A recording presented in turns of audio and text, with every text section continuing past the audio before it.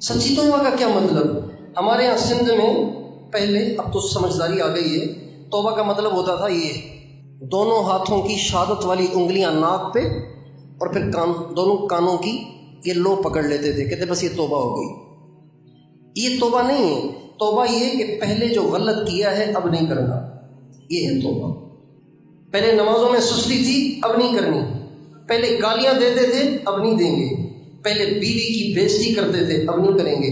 پہلے ماں باپ کو تنگ کرتے تھے، اب نہیں کریں گے۔ پہلے داڑھی منڈاتے تھے یا کٹاتے تھے، اب داڑھی منڈائیں گے بھی نہیں، کٹائیں گے بھی۔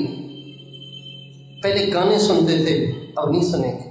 پہلے موبائل میں نیٹ کا پیکیج ہوتا تھا اور یوٹیوب اپنا، فیس بک بھی اپنا، ٹک ٹاک بھی اپنا، جو چاہو دیکھو، کوئی پابندی نہیں۔